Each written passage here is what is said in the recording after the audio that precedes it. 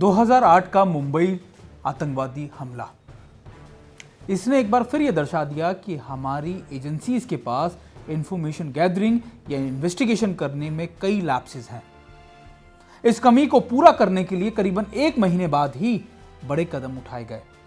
कदम था एक ऐसी इन्वेस्टिगेशन एजेंसीज को गठन करना या बनाना जो नेशनल लेवल पे हो, और इसको नाम दिया गया NIA यानी नेशनल इन्वेस्टिगेटिंग एजेंसी।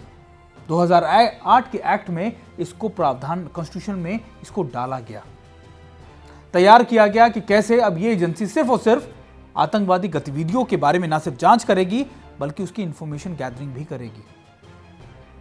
अभी इसके जो डीजी हैं वो YC मोदी हैं, लेकिन पिछले कई सालों में 2008 से अब तक करीबन 12 सालों में इसके काम करने का तरीका, इसका स्वरूप या फिर इसके इन्वेस्टिगेशन करने का जो स्कोप है, कैनवस है, वो बहुत तेजी से बड़ा होता गया। ना सिर्फ 2008 के मुंबई आतंकवादी हमले में, बल्कि उसके बाद पठानकोट, उसके बाद उरी और कई मामलों के अंदर NIA लगातार जांच कर रही है।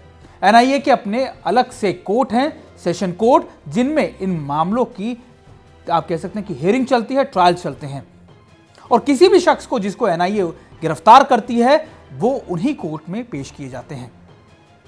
इन NIA के इन्वेस्टिगेशन का तरीका है ना सिर्फ आतंकवादी गतिविधियों के बाद इन्वेस्टिगेट करना, उसके लिंक्स को खंगालना, बल्कि यह भी देखना कि ये मॉड्यूल्स कब कब कहां कहां कौन कौन सी कंट्री में काम कर रहे हैं। यहां तक कि आपको याद होगा कि भटकल यानी वो भटकल आतंकवादी जिनका परचम या फिर जो इंडियन मुजाहिदीन के बहुत बड़े आतंकवादी थे, उसको पूरा कोलैप्स करने में NIA का सबसे बड़ा योगदान था।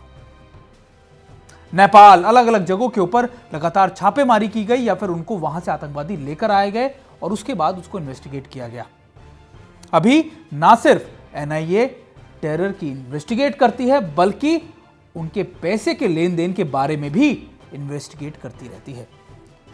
NIA का हेडक्वार्टर दिल्ली में है और करीबन 650-700 लोग करीब करीब वहां काम करते हैं, जिसमें ज्यादातर लोग स्पेशलाइज तरीके के यानी IPS वो स्पेशलाइज तरीके होते हैं जो इन्वेस्टिगेट कर सके, या रेवेन्यू सर्विसेज के लोग जो लगातार उसके इकोनॉमिक फ्रंट को भी या इकोनॉमिक एंगल्स को भी जांच कर सके। जब नोटबंदी हुई तो NIA को बहुत प्रमुखता से यह प्रमाण मिले कि कौन कौन से आतंकी समूहों को कश्मीर से फंडिंग मिलती है और उसका पूरा का पूरा चेन क्या है।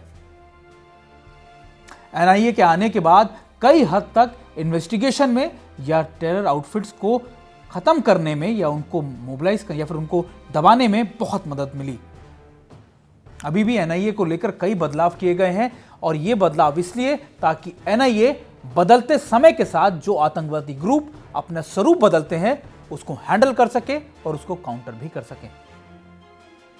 आज TV9 भारतवर्ष के डिजिटल प्लेटफॉर्म में इतना ही। अगली बार फिर मैं आपको एक एजेंसी के बारे में या फिर ऐसी ही जानकारियां देता रहूंगा और आपको समझाऊंगा कि आखिरकार इनकी जरूरत या फिर इनकी सरलता से ये एजेंसीज है किस लिए। देखते रहिए TV9 भारतवर्ष का डिजिटल प्लेटफॉर्म।